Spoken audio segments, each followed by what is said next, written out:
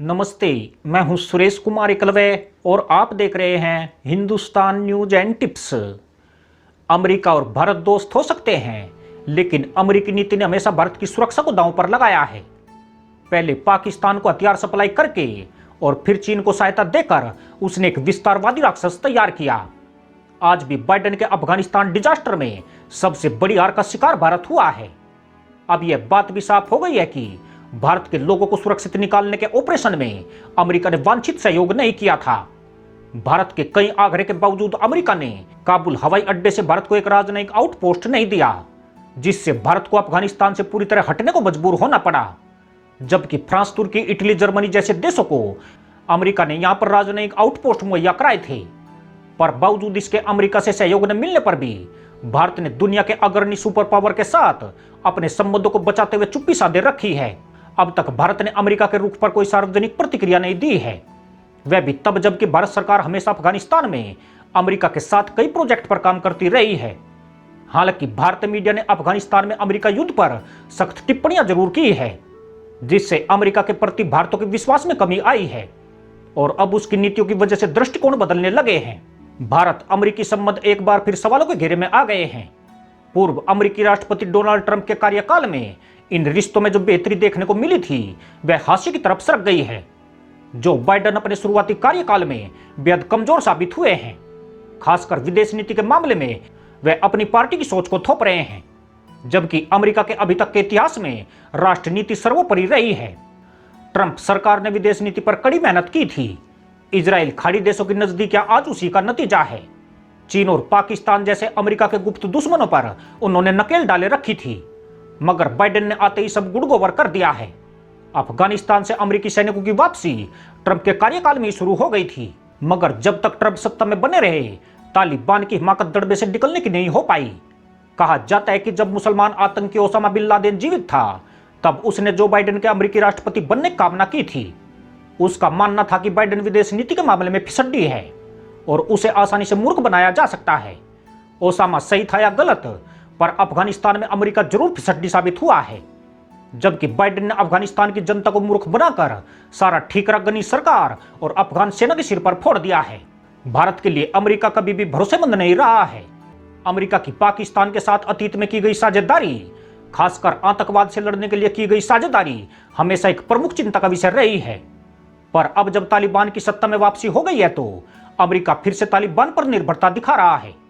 साल 2002 से अमेरिका ने पाकिस्तान को $33 बिलियन की मदद दी है।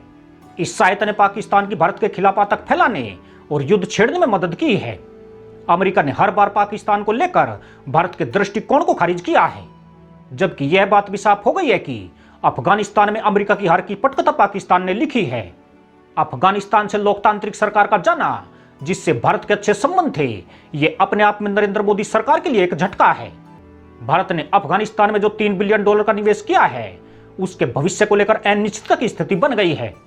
साथ ही डर यह भी है कि कहीं पाकिस्तान अफगानिस्तान की जमीन को भारत विरोधी गतिविधियों के लिए इस्तेमाल न करने लगे। भारत के लिए ऐसी संकट भरी परिस्थितियां पैदा करने के लिए बाइडेन प्रशासन ही जिम्मेदार है।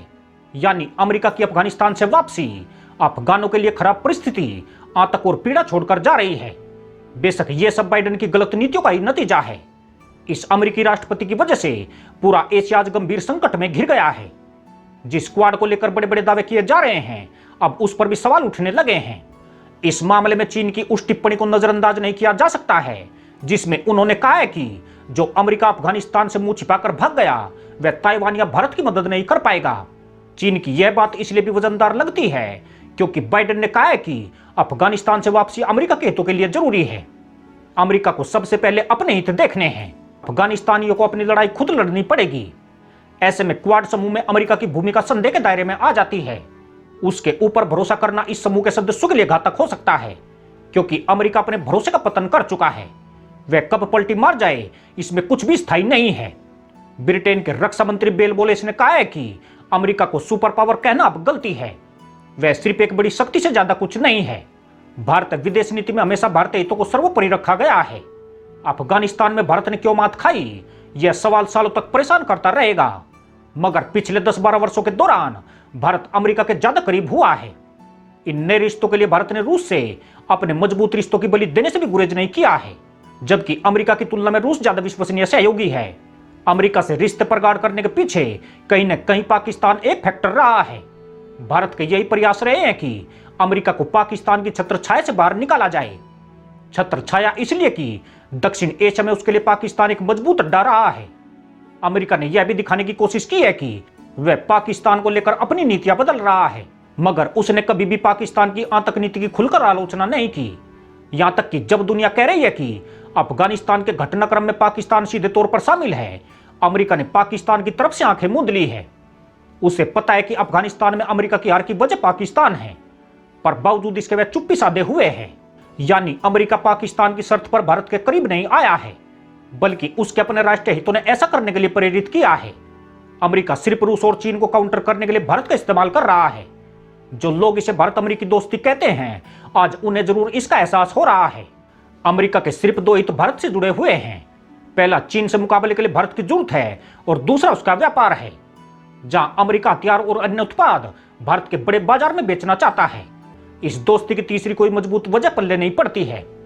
पर सवाल यह भी है कि भारत के पास अब क्या वजह बची है, क्योंकि अमेरिका की पाकिस्तान पर निर्भरता अब भी जो की तो बनी हुई है।